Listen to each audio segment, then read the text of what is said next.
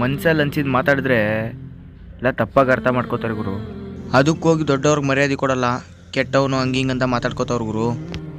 ಗುರು, ಈ ಪ್ರಪಂಚದಲ್ಲಿ ಒಳ್ಳೆಯವನಂತ ಹೆಸರು ತಗೊಂಡೇನು ಸರ್ಟಿಫಿಕೇಟ್ ತಗೊಂಡು ಮನೇಲಿ ಹಾಕೋಬೇಕು. ಸ್ವಲ್ಪ ದಪ್ಪಕ್ಕಿದ್ರೆ ಚೆನ್ನಾಗಿ ತಿಂತಾನೆ ಒಂದು ತಿಂಡಿ ಪೋತ ಅಂತ ಹೇಳ್ತಾರೆ. ಅದೇ ಸಣ್ಣಕ್ಕಿದ್ರೆ ಏನೋ ಹೆಲ್ತ್ ಪ್ರಾಬ್ಲಮ್ಮು, ಹೆಲ್ತ್ ಸರಿ ಇಲ್ಲ ಅನ್ಕೋತಾರೆ. ಚೆನ್ನಾಗಿ ಬಟ್ಟೆ ಹಾಕ್ತಾರೆ, ಈ ಥರ ಶೋ ಆಫ್ ಮಾಡ್ತಾನೆ, ಬರೀ ಶೋಕಿ ಅಂತ ಹೇಳ್ತಾರೆ. ಬಟ್ಟೆ ಚೆನ್ನಾಗಿ ಹಾಕಿಲ್ಲ ಅಂದರೆ ಎಂತ ದುಡ್ಡಿಲ್ಲ, ಕಾಸಿಲ್ಲ ಅಂತ ಈ ಥರ ಅನ್ಕೊಂಬಿಡ್ತಾರೆ. ಲೈಫಲ್ಲಿ ಸ್ವಲ್ಪ ಸೀರಿಯಸ್ ಆಗಿರೋಣ ಅಂದರೆ ತುಂಬ ಬೋರಿಂಗ್ ಪರ್ಸನ್ ಅನ್ಕೊಂಬಿಡ್ತಾರೆ.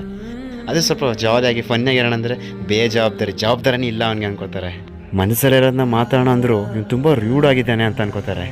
ಕಮ್ಮಿಯಾಗಿ ಮಾತಾಡೋಣ ಅಂದರು ಇವ್ನಿಗೆ ನಾಚಿಕೆ ಸ್ವಭಾವ, ಅದಕ್ಕೆ ಅವ್ನು ಈ ಥರ ಅಂತ ಅನ್ಕೊಂಬಿಡ್ತಾರೆ. ಗುರು, ನಾವು ಏನು ಮಾಡಿದ್ರು ಅದನ್ನು ಕ್ರಿಟಿಸೈಸ್ ಮಾಡೋಕ್ಕಂತ ಒಂದು ಗುಂಪು ಇದ್ದೇ ಇರ್ತಾರೆ. ಈ 4 ಜನ ಏನಾರು ಒಂದು ಹೇಳೋಕ್ಕೆ ಇದ್ದೇ ಇರ್ತಾರೆ ಗುರು. ಅದ್ರ ಬಗ್ಗೆ ತಲೆ ಕೆಡಿಸ್ಕೊಂಡ್ರೆ ನಾವು ನಿಮ್ಮದೇ ಆಗಿರೋಕ್ಕಾಗಲ್ಲ ಅಷ್ಟೇ.